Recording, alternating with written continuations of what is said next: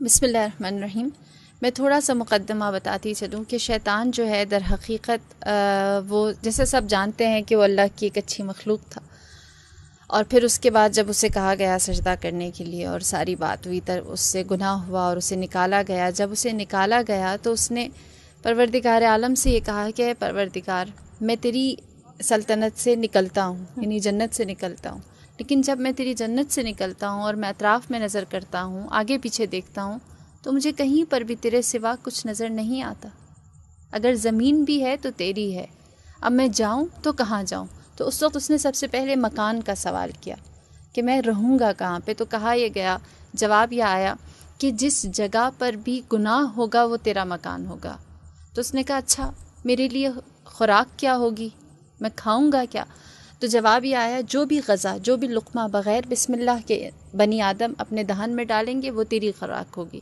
لہٰذا بغیر بسم اللہ کی جتنی بھی خوراک ہمارے منہ میں جاتی ہے اس میں شیطان شریک ہوتا ہے۔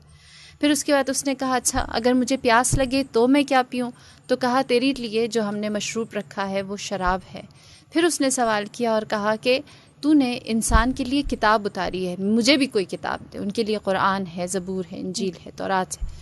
تو اس وقت کہا یہ گیا کہ تمہارے لیے جادو ٹونا کی کتاب ہے۔ پھر اس نے سوال کیا اور کہا کہ تو نے انسان کے لیے دعا کا راستہ رکھا ہے، وہ جو 4 سمتوں سے اس کے اختیار دیا گیا ہے، اور اللہ نے جو 2 سمتیں انسان کے لیے رکھی ہیں، ایک دعا اور دوسرا سجدہ ہے۔ صحیح۔ تو ان کو ہتھیار دیا ہے دعا کا اور سجدے کا، مجھے بھی ہتھیار چاہیے۔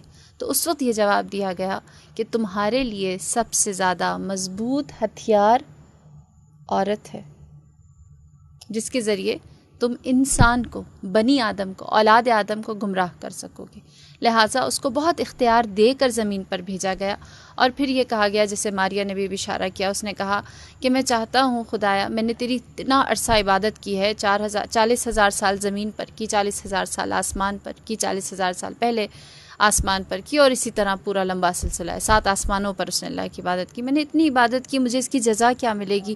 میں تجھ سے جزا چاہتا ہوں۔ تو اس وقت اس نے سوال کیا، اللہ تعالیٰ نے کہا مانگ، تو کیا مانگتا ہے؟ تو اس وقت اس نے سوال کیا اور کہا کہ پروردگار میں چاہتا ہوں تو مجھے نامرئی بنا دے، میں دکھائی نہ دوں، بنی آدم مجھے دیکھ نہ سکے، اسے نامرئی کر دیا۔ پھر اس نے کہا کہ مجھے اس بات کا اختیار دے کہ میں جو انسان کے ذہن میں خیالات خطور کرتے ہیں اس میں وسوسہ ڈال سکوں، لہٰذا اسے یہ اختیار بھی دے دیا گیا۔ پھر اس نے کہا کہ پروردگار مجھے یہ اختیار دے کہ میں انسان کے خون میں روان ہو جاؤں۔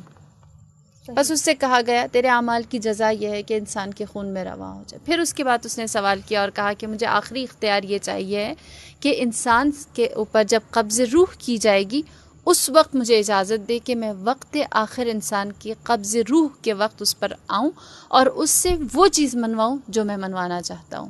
لہٰذا شیطان کو یہ اختیار بھی دیا گیا۔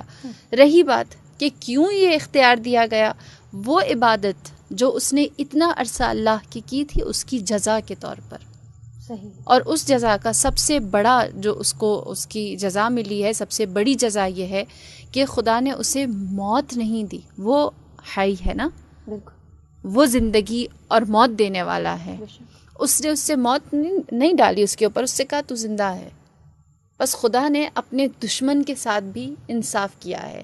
بس جب شیطان کے اوپر ہم نظر کرتے ہیں، اور اگر کبھی آپ شیطان کے اوپر ریسرچ کریں، آپ دیکھیں جتنا ہم شیطان کو جانتے ہیں نا، جتنا اس کے بارے میں ہمیں اس کی ہسٹری اور اس کا ہمارے اوپر حملہ اور اٹیک کرنے کا طریقہ اور اس کی اولادیں، اور پھر اس کے بعد وہ کن انداز سے کس طرح حملہ کرتا ہے، یہ ساری چیزیں پڑھتے ہیں، اتنا زیادہ شیطان کی جتنی شناخت ہوتی ہے اتنی رحمان کی معرفت ہوتی ہے کہ خدا نے شیطان کے ساتھ کیا رحمانیت دکھائی ہے۔ بس اس کی سب سے بڑی وجہ یہ تھی کہ خدا رحمان و رحیم اور منصف اور انصاف کرنے والے نے اس کو اس کے اعمال کی جزا کے طور پر جو اس نے مانگا سب کچھ دے کر مسلح کر کے بھیج دیا۔ اور پھر پروردگار عالم نے کہا کہ اے شیطان تو عابدین کو بھی اپنے جال میں پھنسا سکے گا، تو زاہدین کو بھی، تو علماء کو بھی پھنسا سکے گا، جہاد کرنے والوں کو بھی، لیکن میرے مخلص بندے تیرے اختیار میں نہیں آئیں گے۔